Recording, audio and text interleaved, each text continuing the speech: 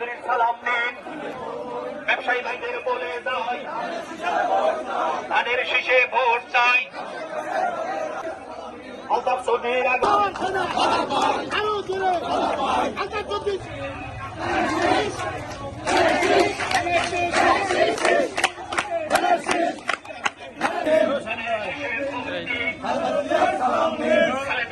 সালাম দিন, তারেক রহমানের সালাম দিন, আলতাফ চৌধুরীর সালাম দিন।